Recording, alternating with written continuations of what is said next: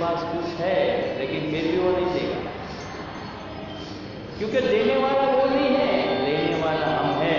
यदि चाहो तो उसके पास से ले सकते हो, उसको पता भी नहीं चलेगा कि आपने क्या लिया।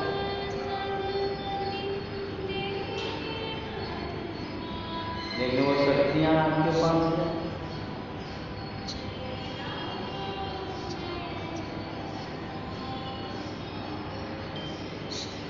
बस उसी शक्तियों को जगा दो और आपके भीतर वो शक्तियां उत्पन्न हो रही है। आपका पूरा शरीर हल्का फुल्का,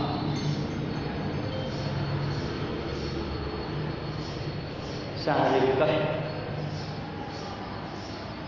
खत्म हो रहे, सारी समस्याएं पिघल रही है।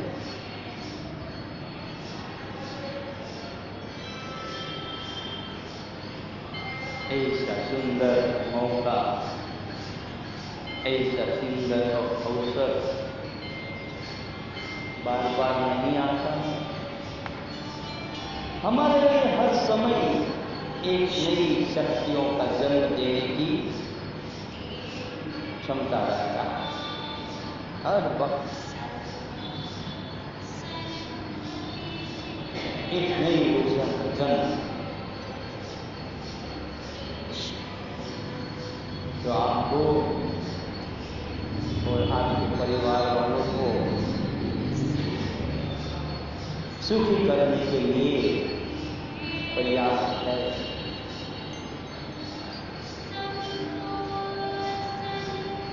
आपका जीवन उन्नत बनाने के लिए पर्याप्त है।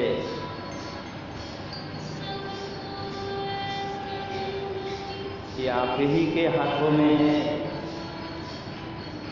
आप चाहो तो उसे बढ़ा लो,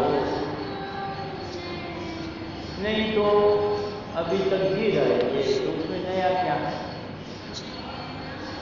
लेकिन ज्ञान का एक अलग प्रभाव, उनमें से जो शक्तियां निर्मित भीतर होती है, वो शक्तियों को कोई रोक नहीं पाता, कोई।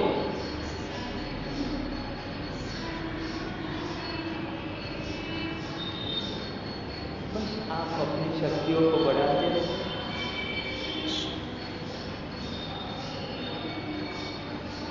जैसे जैसे आप ध्यान की गहराई तक पहुंचने लगोगे, वैसे वैसे दिव्य प्रकाश और दिव्य माहौल भीतर से पैदा होने लगेगा। आपकी यात्राएं सफलता की ओर आगे बढ़ने लगी। आपका जो लक्ष्य है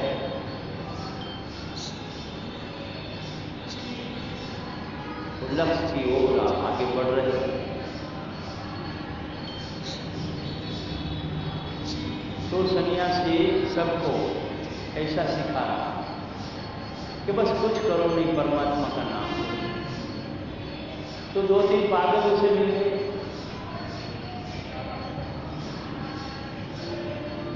जो सत्य से अपरिचित थे। उसने उस सन्यासी की बात सुनी और भजन करने लगा।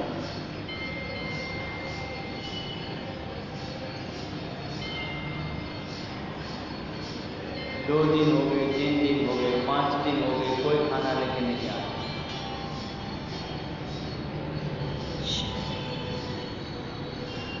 वो पागल लोग गुस्से में आ गए और उस सन्यासी को जाकर बोले कि आपको बोलते थे सब कुछ मिल जाएगा, हमें तो कुछ नहीं मिला। उसने कहा और दिन ठहर जाओ, साधना को आगे बढ़ने दो। भूखा प्यासा लोग कब तक कर सकते।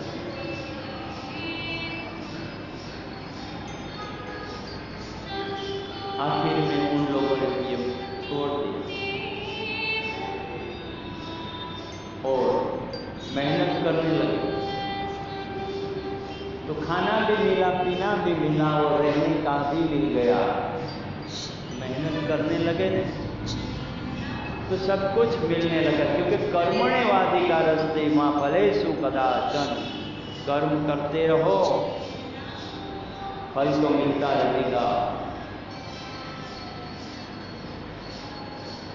लेकिन यदि कर्म नहीं करोगे और फल की अपेक्षाएं रखोगे तो कैसे मिलेगा?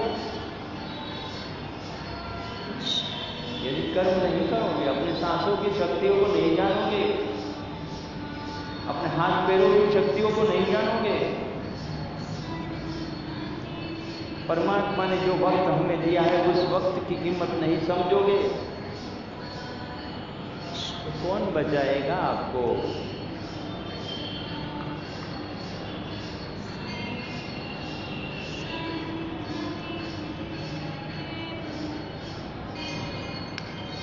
सब थक जाएंगे आपसे। ऐसा बुद्ध के जीवन का प्रसंग है। जब बुद्ध घर छोड़ के निकले तो उसी गांव के 3-4 आलसू लोग थे, वो भी घर से निकल पड़े, क्योंकि काम धंधा कुछ करना नहीं था। तो उसने कहा साधु बन जाएंगे तो कुछ मिल जाएगा। ये हकीकत की घटना बुद्ध के जीवन की है, उसकी जीवनी में लिखा गया है।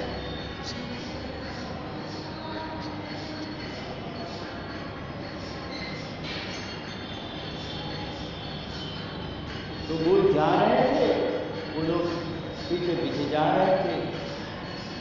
एक जगह बुद्ध ठहर गए तो वो लोग भी ठहर गए उसके पास। बुद्ध ने कहा भैया कहाँ जा रहे हो? तो बोले आपके पीछे पीछे आ रहे हैं। अच्छा,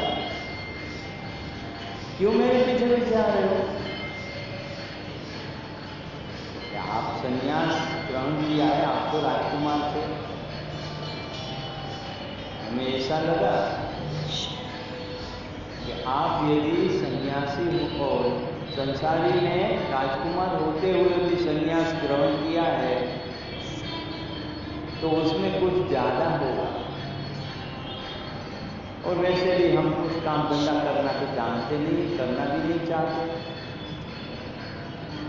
तो आप राजकुमार हैं तो कुछ पाने की तमन्ना लेके निकले हैं, तो हम भी आपके साथ कुछ 2-2 हाथ प्राप्त कर लेंगे, जो आपको मिलेगा वो हमें मिलेगा।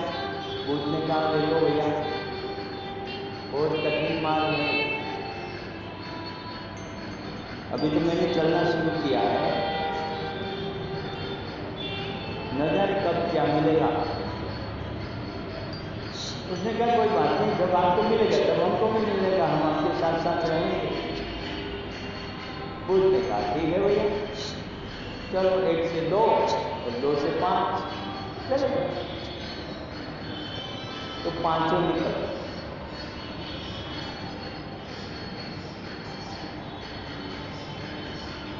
बुद्ध एक वृक्ष के नीचे बैठ गए, वो भी एक दूसरे वृक्ष के नीचे बैठ गए। 1 दिन हुआ, 2 दिन हुआ, 3 दिन हुआ, 4 दिन हुआ, 5वां दिन आ गया। कुछ खाने का लेकर नहीं आया।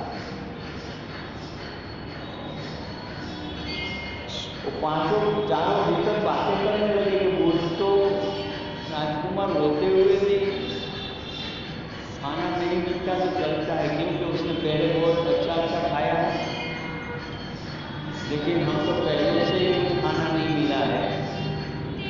आज 5वां दिन है, क्या करेंगे? लेकिन बुद्ध तो ध्यान मग्न थे। तो गांव का गंवार इंसान हाथ में खीर का कटोरा लेके आ रहा था। गर्मा गर्म खीर थी कटोरे में, उसमें से जो सुगंध आ रही थी, मैं 5 से मन में लाड़ टपकने लगी।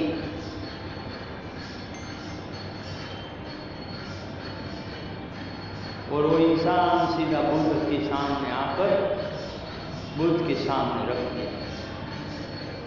वो लोग बड़े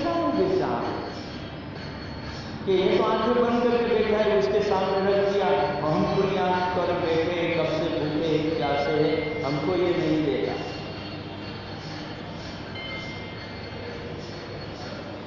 वो गंवार आदमी हाथ जोड़ के सामने खड़ा रहा।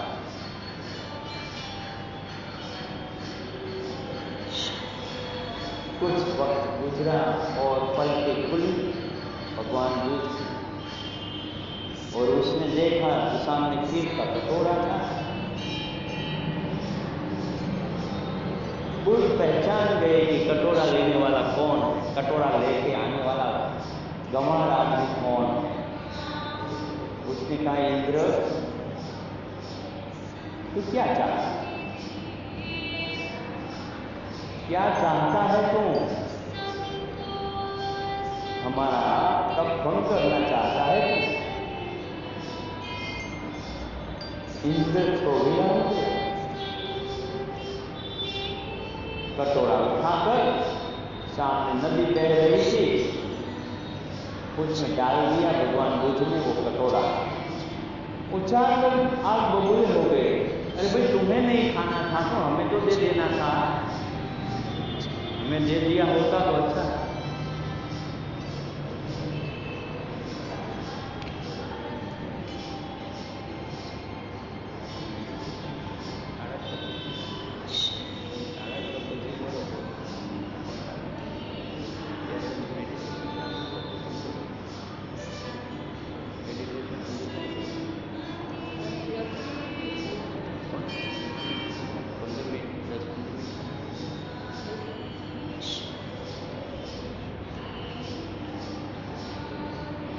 तो ऐसी हालत उन चारों की हो गई, गुस्से में आ गए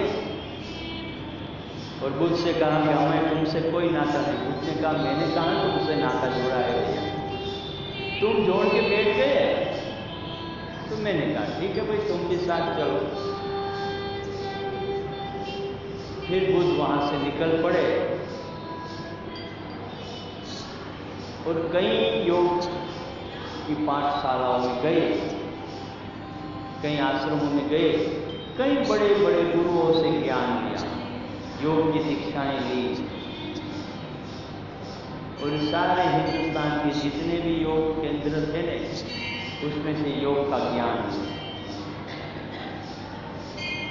और फिर ध्यान की समाधि लगा कर बैठ गए, और वहीं से उसको निर्वाण का अर्थ समझ में आया, जिसे हम मोक्ष कहते हैं।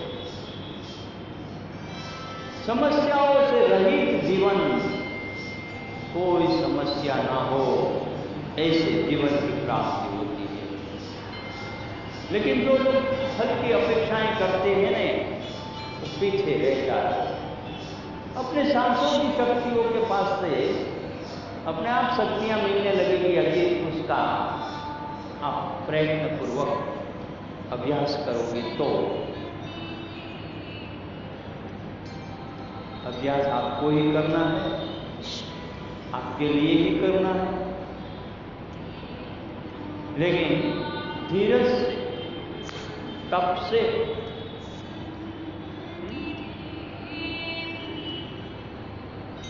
धीरज का दूसरा नाम है तप, और तप का दूसरा नाम है धीरज। वक्त का इंतजार करो, सुबह कभी तो आएगी, तुम सुबह का इंतजार करो। सुबह का इंतजार करो, सुबह अवश्य आएगी, क्योंकि काली रात है ना, वो तो खत्म होने वाला, वो लंबा टिक नहीं पाएगी। लेकिन हौसला